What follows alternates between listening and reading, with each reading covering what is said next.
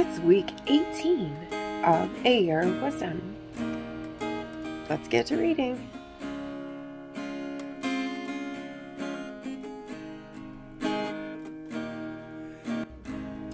Day 122. Job 2. Again, there was a day when the sons of God, angels, came to present themselves before the Lord, and Satan, adversary, accuser, also came among them to present himself before the Lord. The Lord said to Satan, "From where have you come?" Then Satan answered the Lord, "From roaming around on the earth and from walking around on it." The Lord said to Satan, "Have you considered and reflected on my servant Job? For there is none like him on earth, a blameless and upright man, one who fears God with reverence, and abstains from and turns away from evil because he honors God. And still he maintains and holds tightly to his integrity, although you incited me against him to destroy him without cause." Satan answered the Lord, "Skin for skin. Yes, a man will give all he has for his life. But put forth your hand now and touch his bone and his flesh, and severely afflict him, and he will curse you to your face." So the Lord said to Satan, "Behold, he is in your hand. Only spare his life." So Satan departed from the presence of the Lord and struck Job with loathsome boils and agonizingly painful sores from the sole of his foot to the crown of his head. And Job took a piece of broken pottery with which to scrape himself, and he sat down among the ashes, rubbish heaps. Then his wife said to him, "Do you still cling to your integrity and your faith and trust in God without blaming him? Curse God and die." But he said to her, "You speak as one of the spiritually foolish women speaks, ignorant and oblivious to God's will. Shall we indeed accept only good from God and not also accept adversity and disaster?" In spite of all this, Job did not sin with words from his lips. Now, when Job's 3 friends heard of all this adversity that had come upon him, each one came from his own place: Eliphaz the Temanite, Bildad the Shuhite, and Zophar the Naamathite. For they had made an appointment together to come to sympathize with him and to comfort him. When they looked from a distance and did not recognize him because of his disfigurement, they raised their voices and wept, and each one tore his robe in grief. And they threw dust over their heads toward the sky in sorrow. So they sat down on the ground with Job for 7 days and 7 nights, and no one spoke a word to him, for they saw that his pain was very great. Proverbs 2. My son, if you will receive my words and treasure my commandments within you, so that your ear is attentive to skillful and godly wisdom, and apply your heart to understanding, seeking it conscientiously and striving for it eagerly. Yes, if you cry out for insight and lift up your voice for understanding, if you seek skillful and godly wisdom as you would silver, and search for her as you would hidden treasures, then you will understand the reverent fear of the Lord, that is, worshiping him and regarding him as truly awesome, and discover the knowledge of God. For the Lord gives skillful and godly wisdom. From his mouth come knowledge and understanding. He stores away sound wisdom for the righteous, those who are in right standing with him. He is a shield to those who walk in integrity, those of honorable character and moral courage. He guards the paths of justice, and he preserves the way of his saints, believers.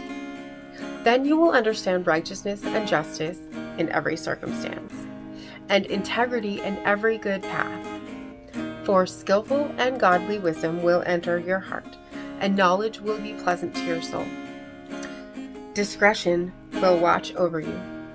Understanding and discernment will guard you, to keep you from the way of evil and the evil man, from the man who speaks perverse things, from those who leave the paths of uprightness to walk in the ways of darkness, who find joy in doing evil and delight in the perversity of evil, whose paths are crooked, and who are devious in their ways, to keep you from the immoral woman, from the seductress with her flattering words, who leaves the companion, husband of her youth, and forgets the covenant of her God.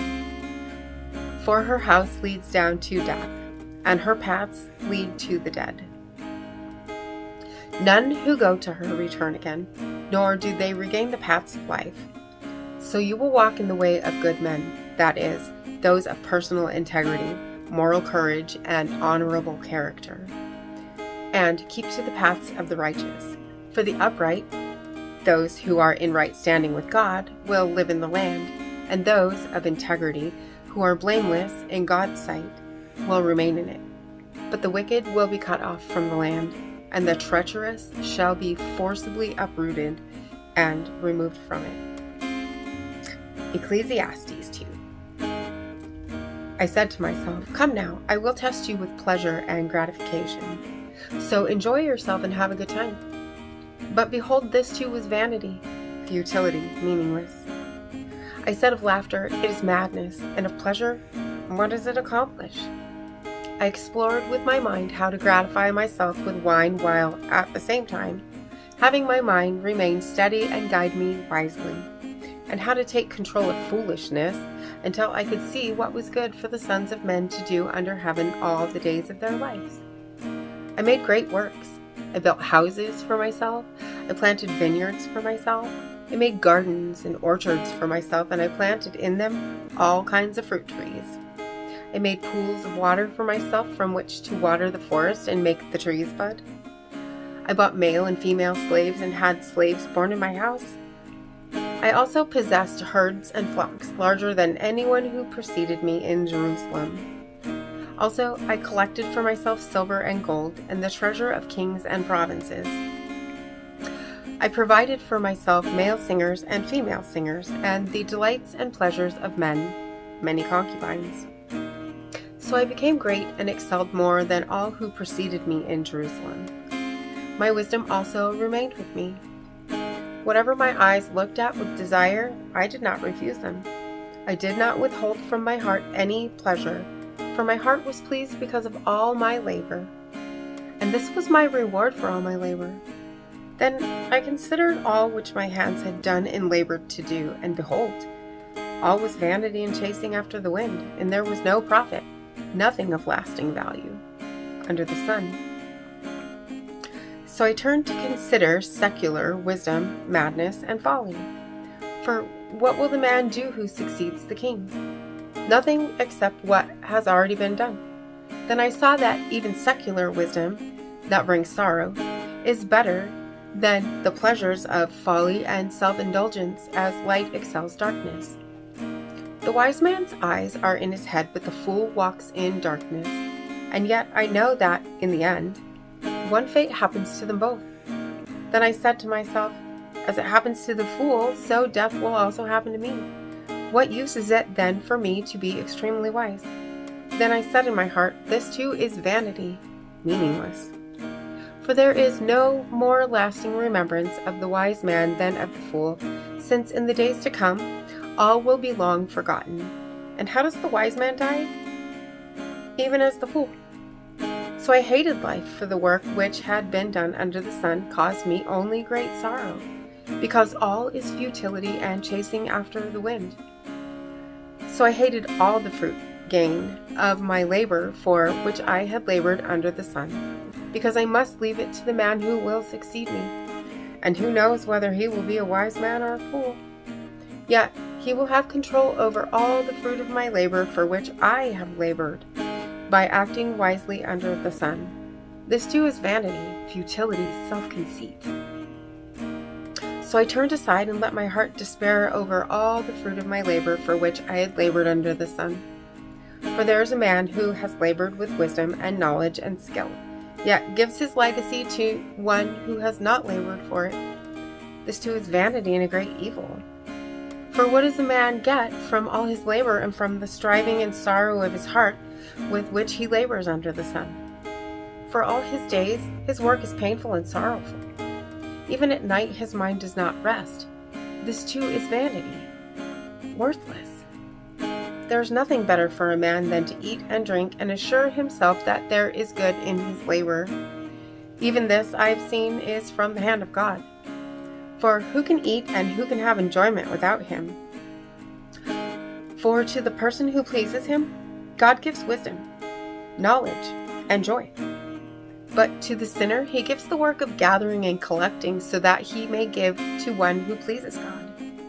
This too is vanity and chasing after the wind. And as always, I appreciate you being here. Make sure to hit that subscribe button if you haven't already. Click the bell so you'll get notifications.